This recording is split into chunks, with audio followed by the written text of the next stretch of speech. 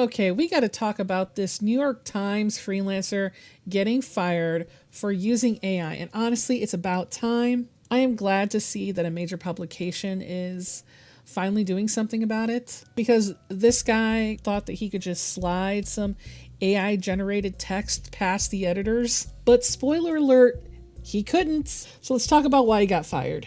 So it started over here on the New York Times. So Alex Preston did a review of this blockbuster French novel asked, "Can art compromise with fascism?" And it says, in watching over her, Jean-Baptiste Andrea traces the personal and political entanglements of a sculptor whose swagger belies his physical stature. It says here that he used the AI tool to do this. Okay, so let's see.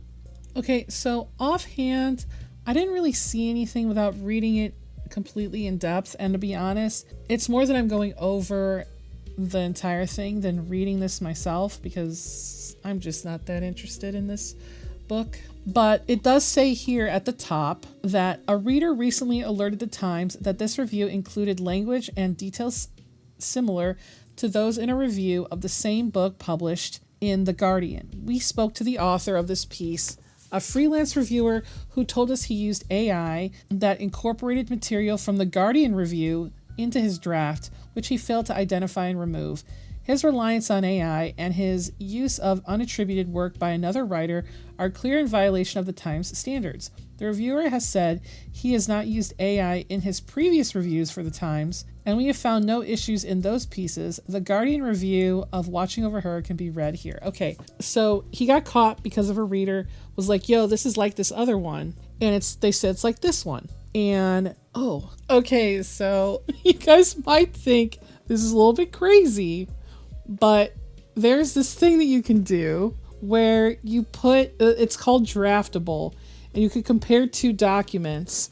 It's very good if you're trying to edit your own pieces, because you can see how different they are after you've changed it. So I put both of these articles side by side. Hold on. So this is a little bit more damning, because there's a lot of changes that was clearly done. So over here is the original text, and over here is the New York Times one. Okay, so as you can see, there is a lot of similarities between them, and it shows like a little bit of stuff being inserted, a little bit of stuff being reworded. You can see right here. So I feel like, okay, so I feel this is very AI right here. I don't know why I think that. It says the other point of stillness is a statue hidden in the monastery. I don't know why. I don't know why I think that. I just do. This novel is structured around movement and stillness. Okay, so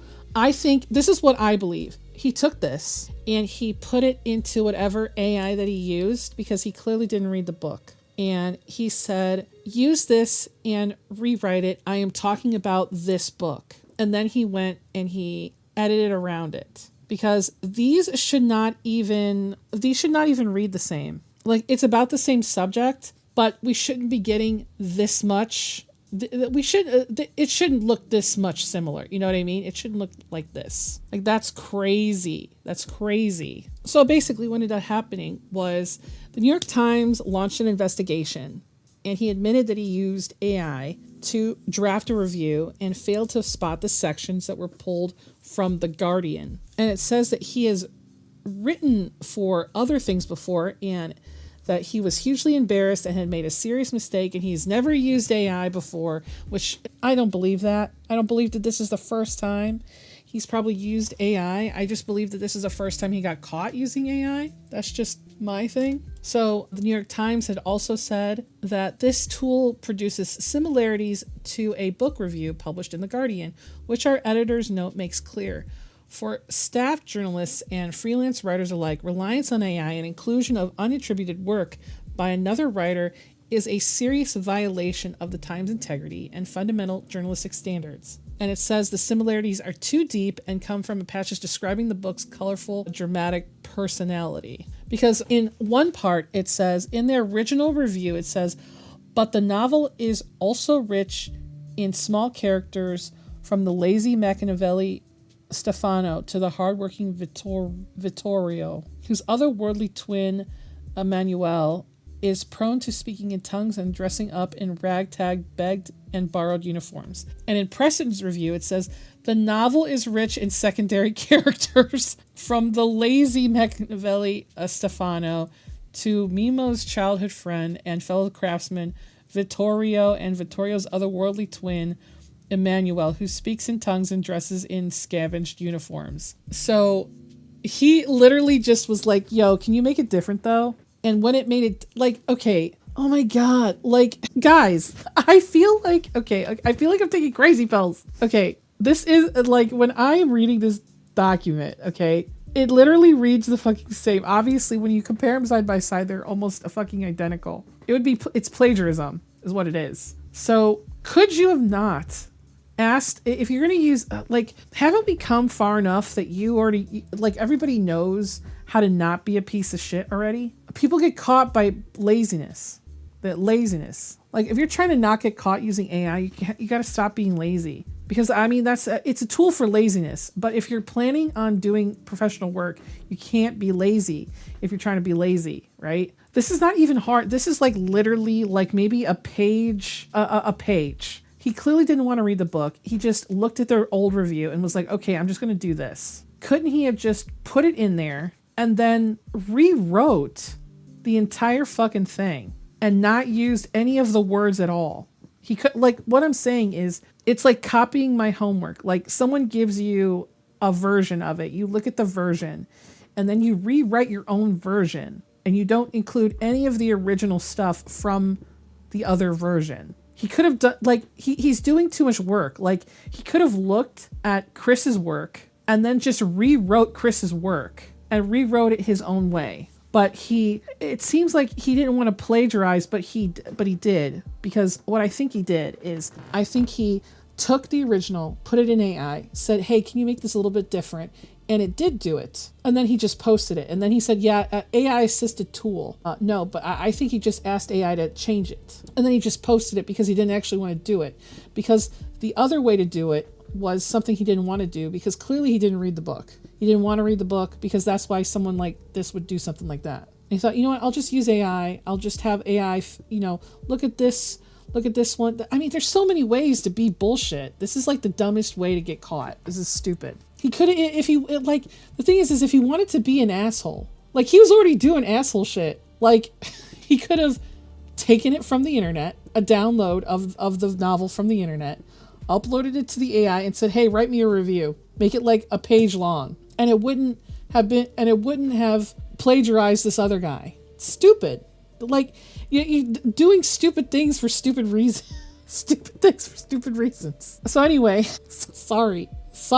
This is just too stupid. This says I'm dumb as fuck. I'm dumb as fuck, and I don't know how to think. I literally plagiarized and used it. I asked AI to plagiarize his article when I just could have taken the actual novel and just uploaded it to AI like an asshole and not got caught, maybe. Anyway, he says he doesn't use AI, but clearly he fucking does. I would love to go check. I'd love to go read his other articles. And the thing is like, Preston is also a writer.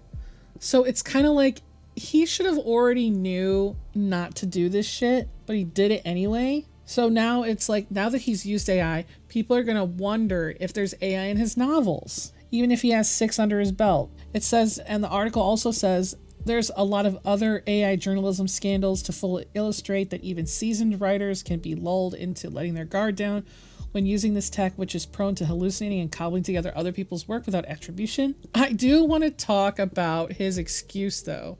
His excuse was, I made a serious mistake in using the AI tool on a draft review I had written, and I failed to identify and remove the overlapping language from the other review that the AI dropped in. That is the dumbest fucking excuse, bro. He's trying to blame using AI that the AI wronged him, when in reality he's just a dumbass. Because if he used it as an assistant, he wouldn't have let the machine write full sentences of his review. He would have edited what the AI has shown him and put it in his own words. Like the dude makes his name writing reviews. Wouldn't you want your voice to still be in there? So what I'm going to do is I'm going to link the original person's thing below and the other article below so you guys can read over it because it's fucking silly. But if you guys really liked, like, let me just ask you guys something. If you're already making money doing something, like, I feel that, this is what I think. I feel that when tech bros have told you, you need to use AI and be more productive, I believe that when people hear that if you don't use AI, you're gonna be replaced. The thing is about that is if you use AI, they want you to not tell people that you're using AI. Because I believe that part of this, everybody uses AI is a grift, because even if there is some parts of generative AI that are technically very useful in niche for niche reasons, the types of people who are telling you to use AI to not be replaced, that it's the most amazing thing that's ever come across, are people who don't want to admit to using AI and want you to believe that what you're seeing is not something made by AI, but something made by a human. And it's usually somebody who already has a bunch of money, somebody who has never made anything, somebody who is lazy. It's one of whatever those are. Like, do you guys think that because this guy was a novelist, like a professional, does it make it worse when an actual expert uses AI compared to a random student? Like, if you have the skills, why would you use AI in the first place? Because we've seen where people who are like fully fledged artists who are fucking amazing use AI to supplement their work because they're lazy. They think they need to get faster and do more. And like, I would be interested if you decide to comment, where is your line in the sand when it comes to specifically writing with AI? I know some of you guys will say it's never. The line is when you use it, okay? But I'm asking, like, there's some people who will like completely generate a whole book.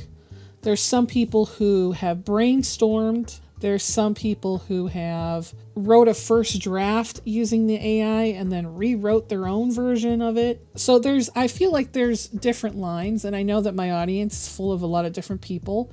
Some of them have used AI. So I'm asking, where is your line? For me, I would read a book by someone who said they used AI for brainstorming. If they were honest about it, if they said, I wanted brainstorming, I would think that I would be okay with that. I'm pretty anti-AI, but I try to always keep my mind open when people want me to read something. But I feel like if they're honest, like for example, I have a friend who, I don't even know why, he writes poetry with AI. I don't know why you would do that because poetry is like very personal. And he tells me that he does it, and then he sends it to me and he asks me what I think about it. And I'm like, I don't really know what to say because it's like not him. Like it's a journey. And I feel like writing is also a journey, but it's like a different journey. Like I feel that a lot of people might think that writing is something that is very technical. And some of it can be because there's only like,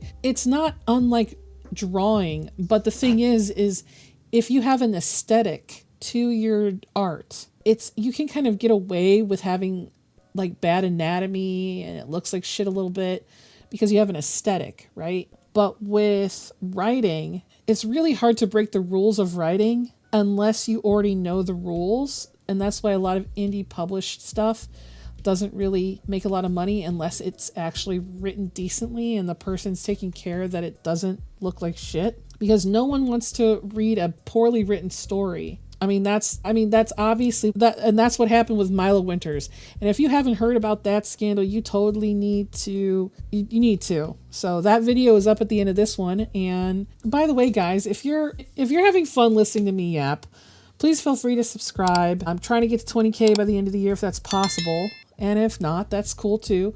But I also put up all my writing stuff and my art stuff that's full res and my whips and all that. And I do put up free stuff for people too over on my Patreon. Anyway, guys, I'll see you in the next one. Peace out.